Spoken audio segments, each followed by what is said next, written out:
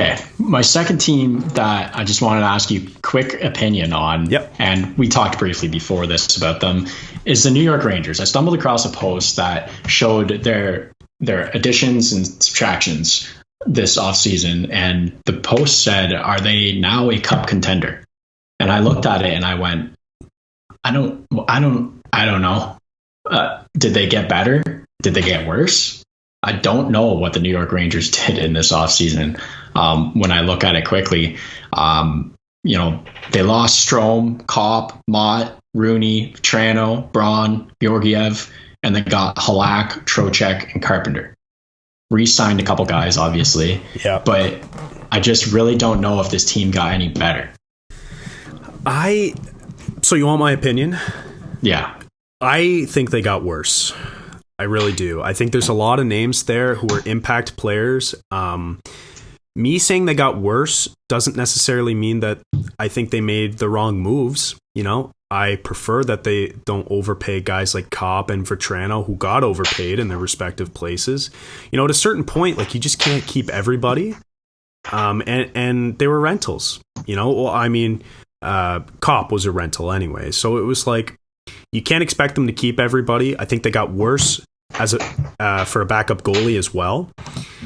I do like adding Trocheck, but I think just overall, you've got some regression candidates, including Igor Shesterkin, who I know had an incredible year, MVP caliber year.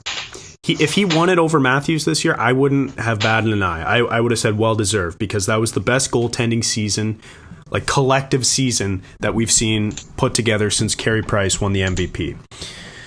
And I don't think that's a crazy thing to say, but he's going to be a regression candidate this year, because how can you maintain that or go up? Like, I think it's kind of unlikely. And another regression candidate is going to be Chris Kreider, who scored 52 goals or something, and half of them were on the power play. Like, there's not a chance he repeats that. Losing Strome, I think, is you can argue that Strome was never a top line center or whatever, and you got Trocheck to replace him, so you can say that's a wash. But I don't know, just changing things up right there, it's never, you never really know exactly what's going to happen. So personally, I think the Rangers were pretenders in the first place, and I've spoken my mind about this. I think they just had a couple incredible years from guys like Kreider and Shesterkin. But I think in general, they're not going to be as good. I think they're still pretenders, and even worse ones at that. Yeah, one thing I'll say is that through no moves at all, their back end has gotten better. They're a year older, 100%. And this back end is going to be very good for years to come now. But yeah, I don't think that they got better as a whole, and I'm not just saying that because I hate their guts. Mm-hmm. I just don't think that they got any better. That being said, I think that there could be one last trade to happen that blows our mind, like Tkachuk and Huberdeau, and that's Patty Kane possibly coming to the Rangers. That would change everything for me. We'll see how much they're willing to give up for him, and if that happens at all. You never know. So that could be interesting. But yeah, I just wanted to talk about the Rangers because I saw that post and it was like, are they cup contenders now? It's like, well, no, I think they might have gotten a little worse. See, like, the more I think about it too, like that comment you made about their back end, how they got better even after not adding anybody because they're just a year older. Like a guy like K'Andre Miller will be even better next season. Braden Schneider, forgot about him. What a Adam player. Fox, still a young guy. Yeah, and one of the best defensemen in the league already.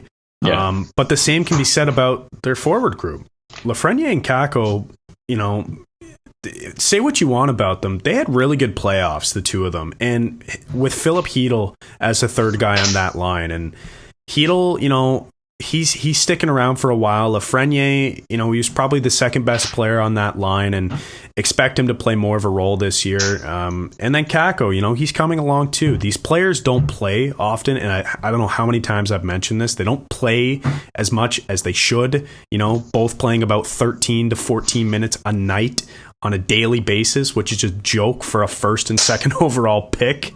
They haven't been put in favorable positions to succeed, but yeah, I don't know, man. I still don't think the Rangers are that good, but if those guys start clicking and then that becomes, consistent depth scoring and, and their back end is better and Shesterkin keeps it up, who knows?